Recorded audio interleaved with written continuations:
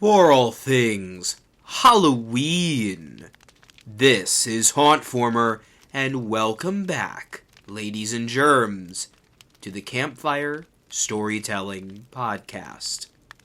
In our last episode, I was joined by my good friend Chloe Mastro, and we talked about the best of horror movie makeup. That was a really fun episode, and kind of harken to what I really wanted this show to be about, not just movie reviews, but really talking about the horror genre as a whole, how it's evolving, how it's changing, and kind of the trends I've noticed.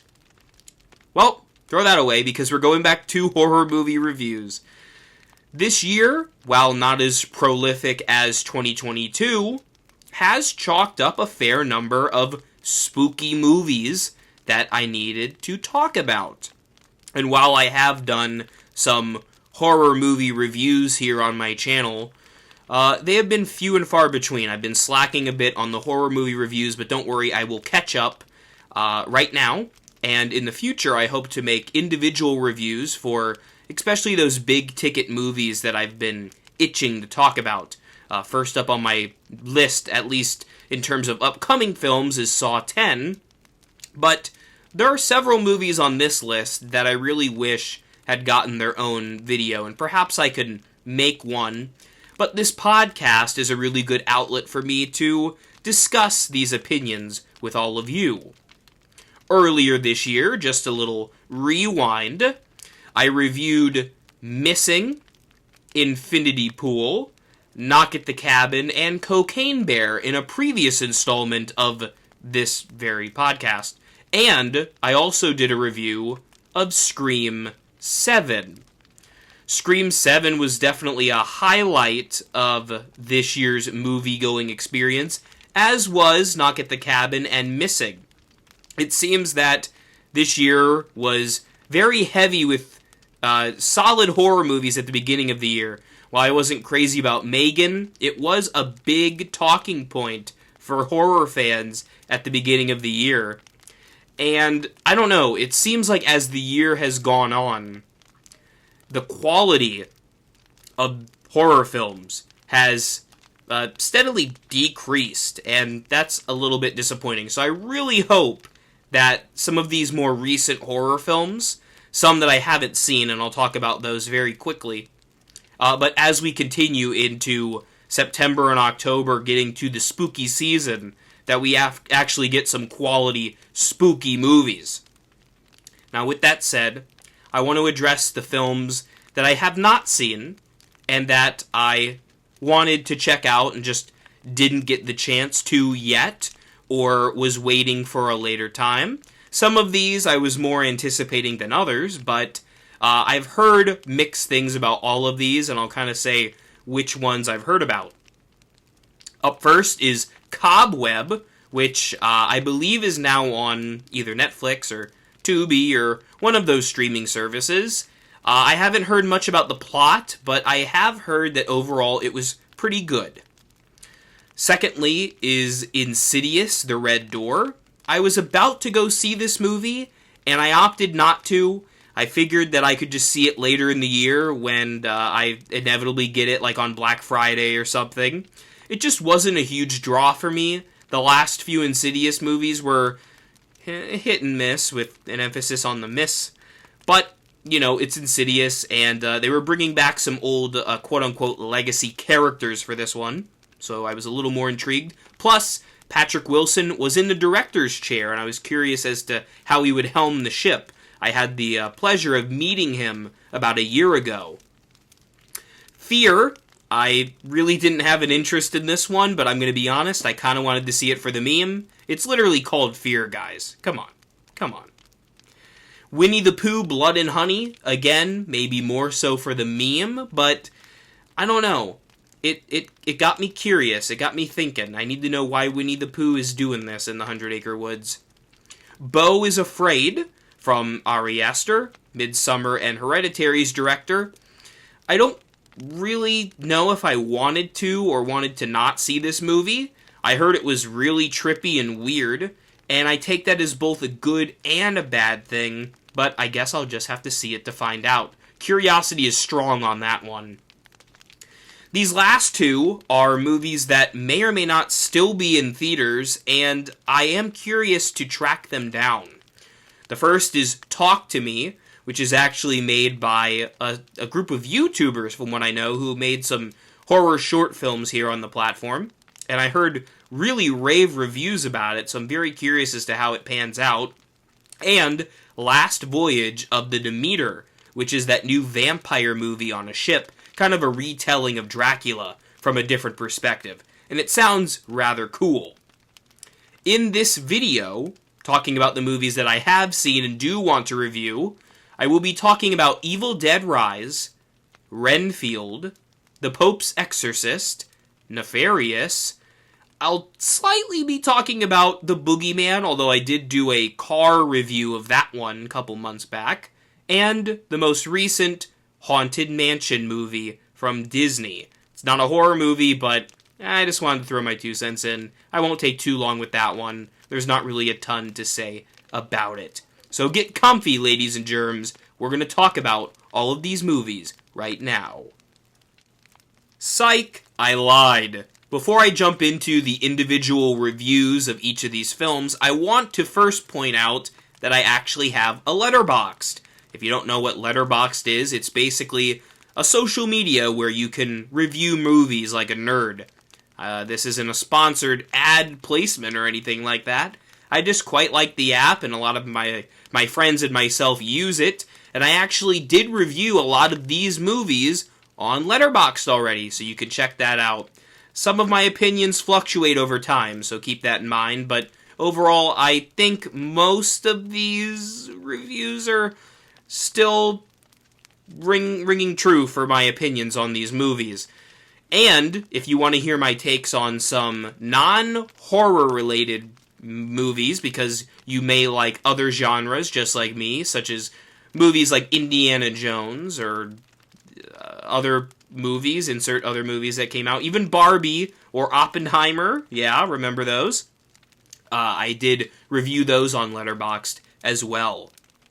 As for the horrors, let's start off with easily the one I was most looking forward to, Evil Dead Rise, which is the, let's see, 5th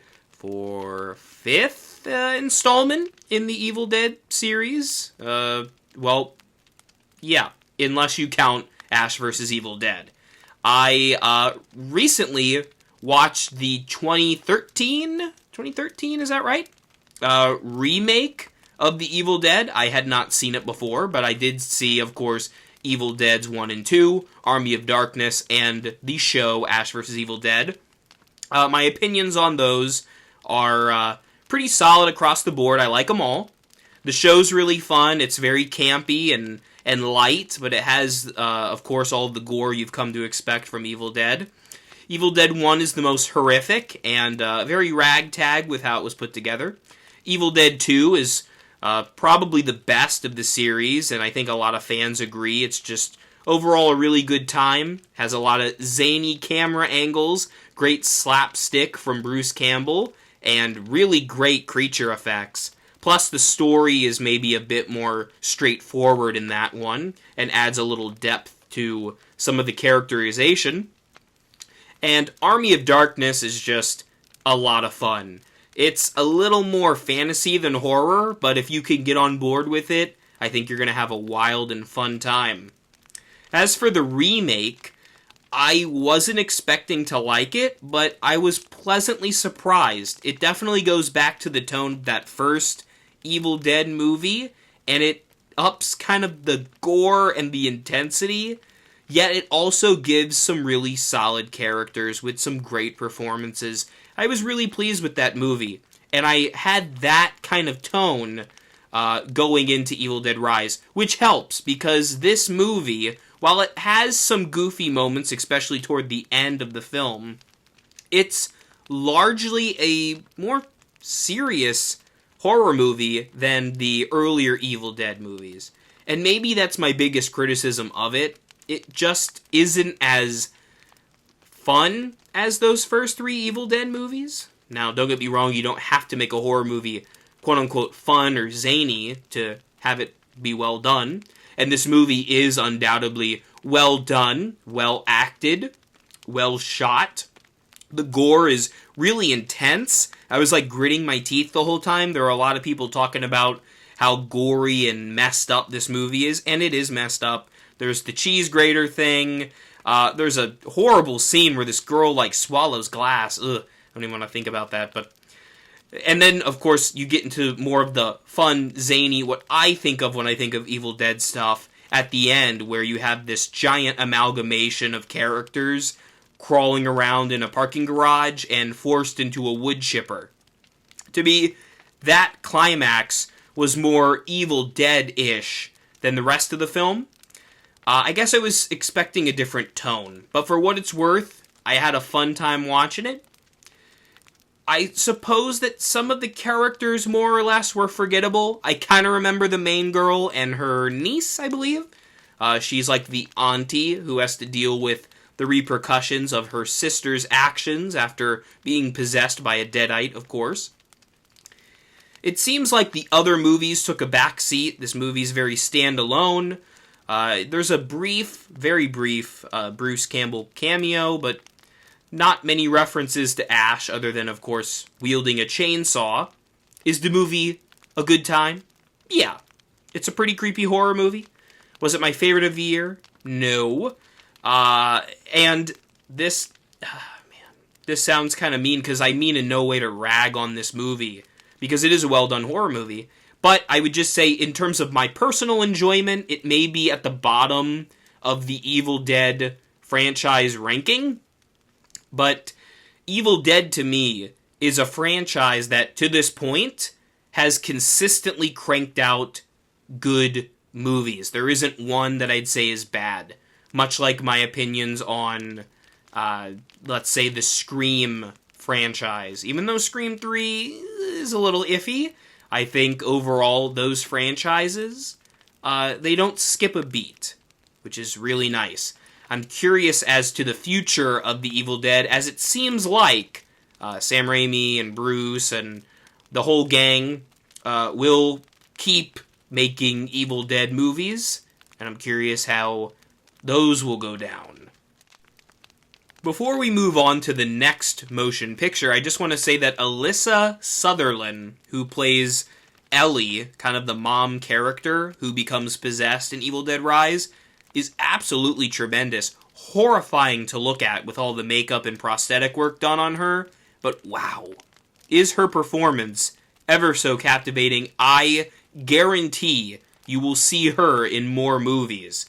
Not only is she a really great actress, but she has a great look, both for when she's a normal person and when she becomes a horrific monster.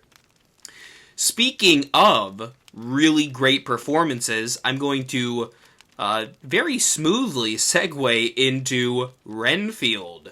Because not only is Nicholas Hoult really good as the titular character, but really, Nicolas Cage as Count Dracula is like a match made in heaven. I cannot believe this didn't happen earlier.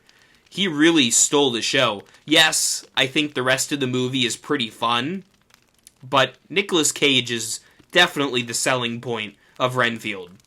For those of you not familiar, Renfield is Dracula's familiar, and perhaps if the movie was called Renfield, Dracula's familiar, the movie would have done maybe a bit better. It didn't do great at the box office. I think it was beat out by The Pope's Exorcist, which is pretty crazy, and we'll get to that movie in a bit.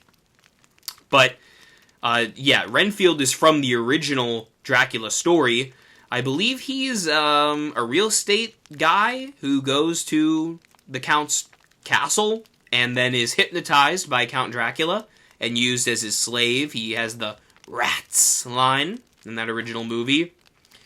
This movie, however, despite me thinking originally that it was going to be a more gothic, gritty horror movie, it's much more of like a, I don't know what you'd say, a sci-fi type of movie. Not sci-fi the genre, but sci-fi the channel. Sci-fi original.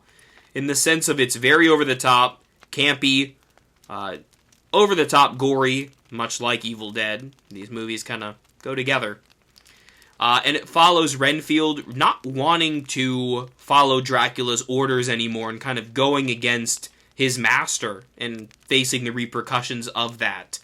It's much more comedic and ham-fisted. I thought initially that I wasn't going to like it because so many modern horror comedies, quote-unquote, are neither horrific nor very funny. This movie, however, was a bit of both. Definitely more on the comedy side, but I had a lot of fun watching it from both angles. It has some really good prosthetics and was well acted. Some of the shots and the lighting choices were a little odd and maybe a bit over the top, but if you treat this movie like a comic book, I think you'd have a lot more fun. It definitely had some Creepshow vibes in terms of how it was lit with the colors, and just overall, it was definitely more campy, like movies like Creepshow and those 80s horror comedies are. It did get a bit, I don't know, it kind of felt a bit like a modern action movie at some points, and those were definitely the low points of the movie. But when it got to the gothic, kind of creepy stuff with the comedy sprinkled in, is when this movie shone. Both Evil Dead Rise and Renfield, I gave 3.5 stars on Letterboxd, and I think I would continue to uphold those ratings. As for movies that I may not share the same ranking anymore, is The Pope's Exorcist, as aforementioned, which apparently is now on Netflix already, which is kind of telling. Believe it or not, I actually saw this movie twice. And I guess my rationale behind that is, I liked this movie a lot more the first time, and then watched it the second time and went, oh, really? Now, to be fair, I didn't hate this movie, but I initially gave it 3 stars. I think it at maximum probably deserves 2.5. And a big, major reason for that is the ending. And just, here's the thing. In general, with the exorcism movies of late, and this is why I'm very much fearing the Exorcist Believer, which comes out this October. Ever since The Exorcist itself, I really don't think exorcism movies can be topped. I mean, it started off with its strongest point. I know there have been exorcism movies since that have done very well for themselves, but to me, most of them are too over the top. And I know that The Exorcist itself is somewhat over the top, but it grounds you enough with the characters that you believe the supernatural and spiritual events and the turmoil. In this movie, and many others like it, stuff flies around, people talk in demonic voices, and it just is far more corny and cheesy than actually frightening. Now, with that said, despite all my gripes with really the ending and the horrible effects of, like, the titular Pope's Exorcist floating around with hell cracked open, oh, it felt like The Nun. But I digress. The main selling point for this movie, much like with the other 2 films with star power, or at least a solid performance, is the titular Pope's Exorcist, Father Amorth, played by Russell Crowe, who I think is a very solid actor. I've seen him in various movies over the years of varying genres, and I wasn't quite sure of what to expect with his performance in this movie. But what I really appreciated about Father Amorth is that he's not this stoic kind of priest, this kind of, I don't know, one-dimensional exorcist that you see in a lot of movies. But he felt like a genuine guy. He had a character, he had a personality, he told little jokes, he had his own vices and things that he needed to work on. And I really think that was the strong suit of the movie, was whenever Russell Crowe was on screen doing something exorcism-y, it was fine. When it got over the top and crazy is when I started to clock out. Now, I did watch William Friedkin, whom, by the way, rest in peace to him, a major loss. Major loss. The original director of The Exorcist, which, at the recording of this, is my favorite horror film and just favorite film of all time. Lovely film. And he seemed like a really genuine guy. Anyway, William Friedkin, the director of The Exorcist, made a documentary about the Pope's exorcist, Father Amorth, and kind of his life. I believe the movie was called The Devil and Father Amorth or something. It was very straightforward. The documentary had its flaws, but it really showed you kind of the life and the goings-on of an exorcist, even if some parts of it seemed staged and they had cod zombie noises. But it was a solid documentary, and the real Father Amorth, because Russell Crowe does play a character based on a real person, who was the Vatican's leading exorcist and worked under the Pope, he seemed like a guy who had a good sense of humor. I think he had to, given his job requirements. A good bit of faith, of course, and seemed like a really upstanding guy. To see this movie kind of devolve into something that he probably would have laughed at himself is unfortunate, but there were a few scenes. In particular, there's an early scene where Amorth is being questioned, if you will, by the Vatican. I thought that scene and the dialogue in it was really captivating and really well done. And there are scenes sprinkled throughout that do have characterization. It is also the only horror film I've ever seen that sets up like 149 sequels. I believe at the end they say something like, 1 down, 149 to go, referencing these demons from the Spanish Inquisition. I think that is absolutely hilarious, and yes, there is a Pope's Exorcist 2 in the works. I am not making this up. Sticking with the theme of demonic possession, the next film we're talking about is Nefarious, which is a movie that may have slipped under the radar for a lot of people. Believe it or not, this movie is a somewhat right-winged Christian horror movie. Yeah, I know. If you know anything about me personally, I am a Christian, and I'm a big horror movie nut, obviously. So when I heard about this movie, you could say I was intrigued, just to see how a quote-unquote Christian independent horror film would play out.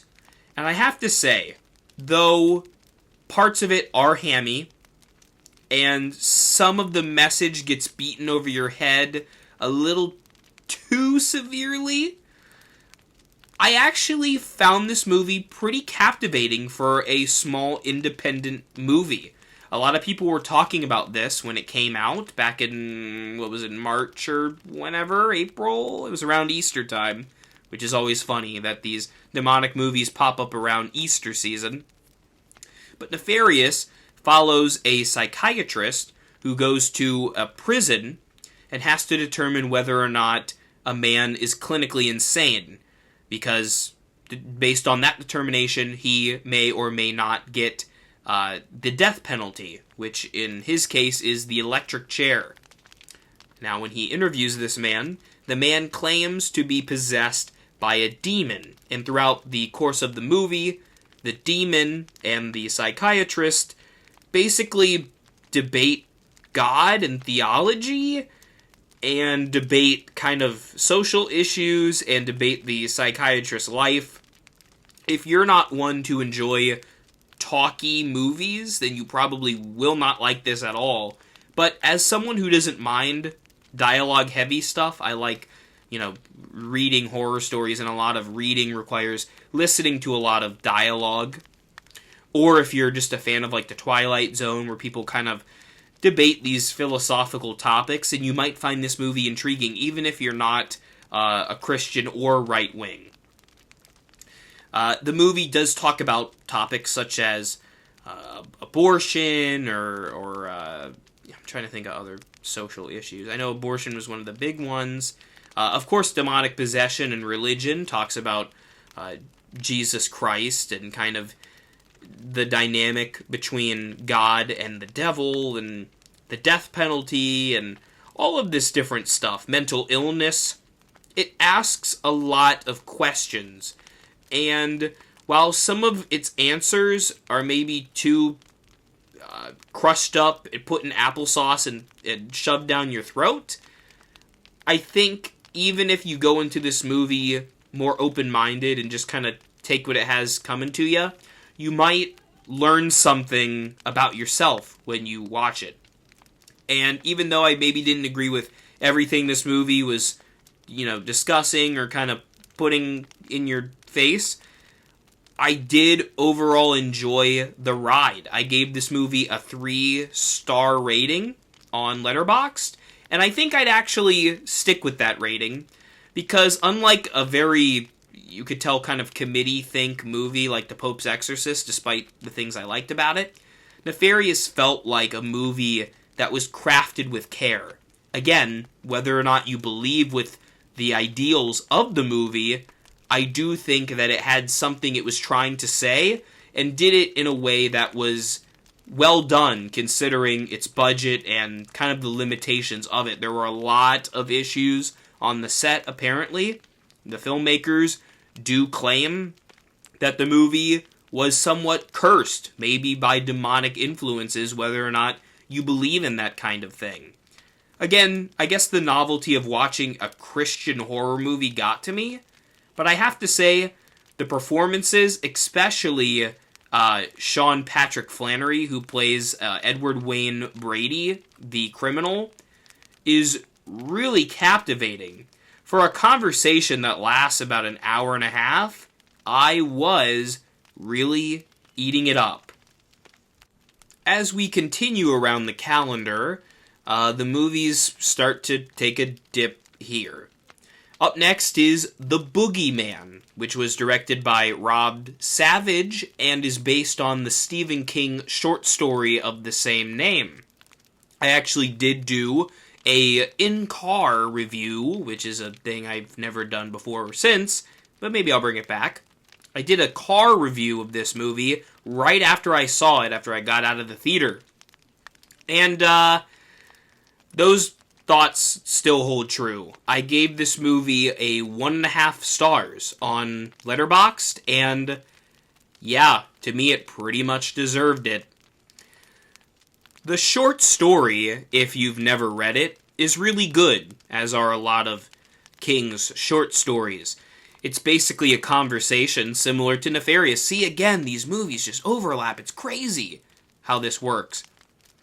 It is about a conversation between a psychiatrist, and a man who claims that the boogeyman killed his children. Of course, the psychiatrist thinks that the man's crazy, but the man assuages him that the boogeyman actually did it, and there is a lovely little plot twist at the end of the story. It's unfortunate that no such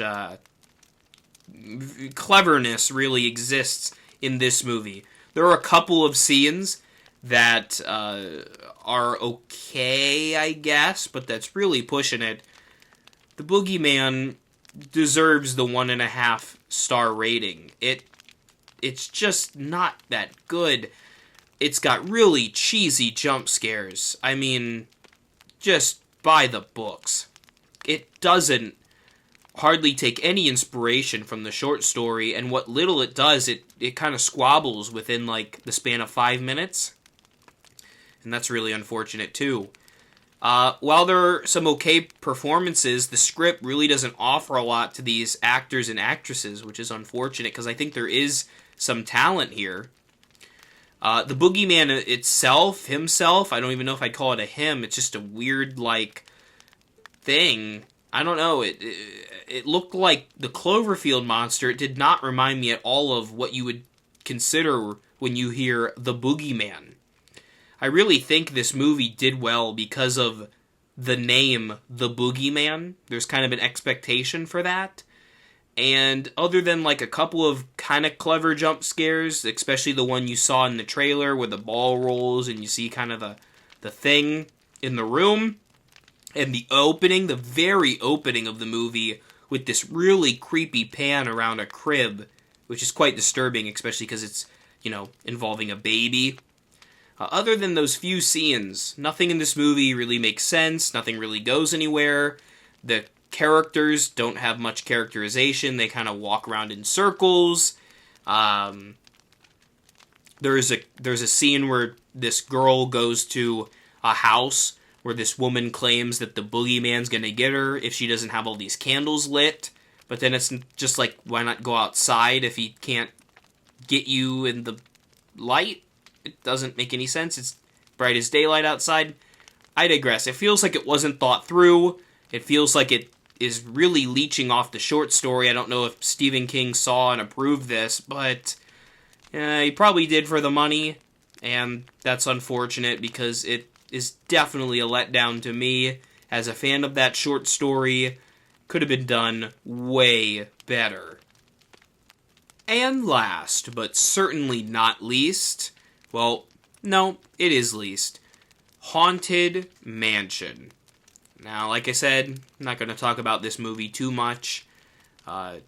It would be aggravating to do so. I suppose it maybe was better than The Boogeyman, because at least it gave a few clever visuals and tried to entertain a bit more, I guess. But these movies, Boogeyman and Haunted Mansion, were big letdowns to me. Of course, living in Florida and being a Halloween junkie, I'm a major fan of the attraction. Not just our Florida Haunted Mansion, but really all of the Haunted Mansions. I'm a theme park nerd, aside from being a Halloween nerd, so the two overlap in this one singular attraction, which has a ton of great history, really memorable characters, of course, a Kick Buttowski song, and just a really haunting set design throughout, both in the first half, which is kind of more creepy, and in the latter, with the graveyard, which is a lot more silly. There are a lot of great characters, the hitchhiking ghosts, and Constance, the bride, the piano-playing ghost, the ghost host, the busts, Madame Leota, and of course, the Hatbox Ghost, whom I thought I was like the only fan of for a while, but come to find out, no, he's like the most popular one now. They have popcorn buckets of this guy, and he is the titular Haunted Mansion villain in this movie, which I definitely didn't see coming, and I'm not really sure of how I feel about it, because he's just kind of some dude chilling in the attic.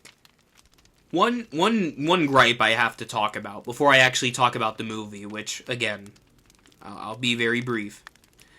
But one gripe that's more important to me than this movie is the Florida Haunted Mansion is getting the Hatbox Ghost in the early part of the ride. You know, when you turn the corner and see the knight armor and the endless hallway?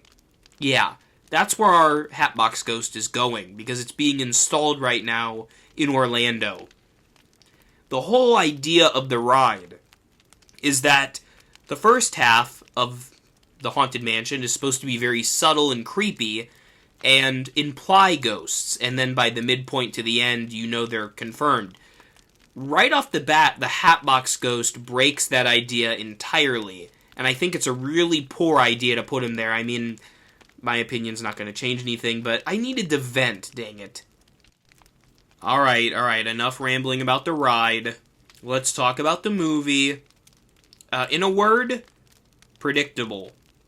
This movie was like paint by numbers. It feels like it was maybe even written by an AI. I don't know. It's, for like a kid's movie, and I hate to say that because there are so many great kids movies that adults enjoy too. But it just, I don't know, it doesn't feel like there was much thought put into it at all. you have this character who's like 50 different things. He's a tour guide, he's a scientist, he's a scam artist.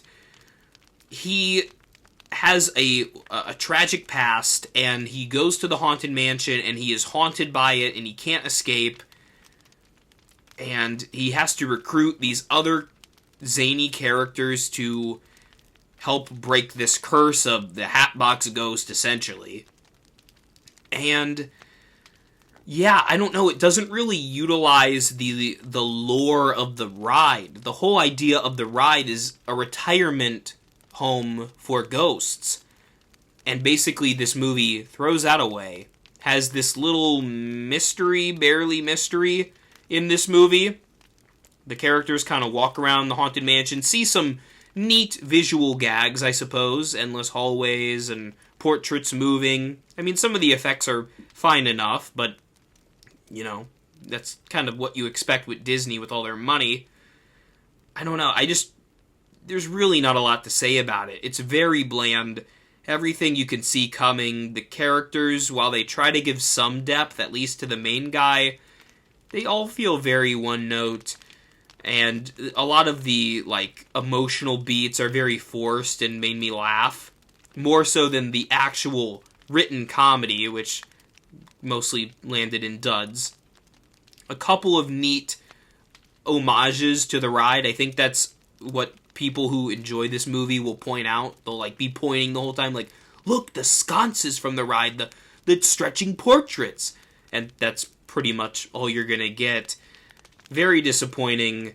I gave this one a 2.5 stars on Letterboxd, and I could honestly move it down to 2, but I'll be generous. I think the kiddies will enjoy it when it's on Disney Plus around spooky season, but in full sincerity, and I, kind of dare to say this because it's a hot take, but maybe you just watch the Eddie Murphy one. I know it's not a great movie, but at least it's a bit more funny and feels a bit more like an actual movie. Anyway, that being said, that's going to conclude this movie catch-up podcast. Hopefully I don't have to do many more of these and I can keep on it, but we'll see. If you like these, hey, I'll keep them coming just for you. Evil Dead Rise, Renfield, Pope's Exorcist, Nefarious, Boogeyman, and Haunted Mansion. What did you think about any or all of these horror movies? And about those ones that I didn't see? Cobweb, Insidious, Fear, Winnie the Pooh, Blood and Honey, Beau is Afraid, Talk to Me, Last Voyage of the Demeter, and any others that I didn't mention. Which ones should I watch? And which ones coming up do you want to see? Lots of questions, but let's keep this conversation going in the comments. Thank you for listening if you made it to this point, and remember, for all things Halloween, this is hauntformer.